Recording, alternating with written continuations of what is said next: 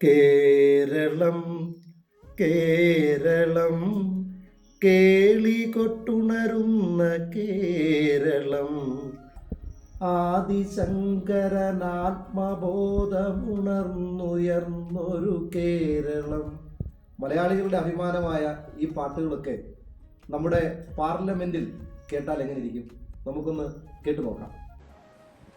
കേരളം കേരളം കേളികൊട്ടുണരുന്ന കേരളം, കേളി കദംബം പൂക്കും കേരളം, കേരകേളി സദനമാമെൻ കേരളം. Thank U.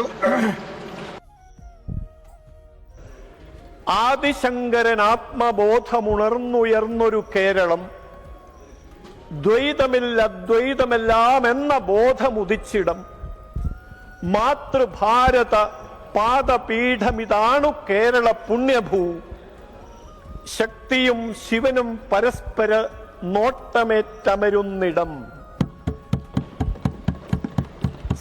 മലയാളികളുടെ അഭിമാനമായ സുരേഷ് ഗോപിയും സദാനന്ദൻ മാസ്റ്ററുമൊക്കെ എന്തുകൊണ്ടാണ് ജനാധിപത്യത്തിൻ്റെ ശ്രീകോവിലിൽ ഈ പാട്ടുകൾ പാടിയതെന്ന് അറിയാമോ? കേരളം എന്ന് നമ്മുടെ സംസ്ഥാനത്തിൻ്റെ പേര് പുനർനാമകരണം ചെയ്യപ്പെട്ടു.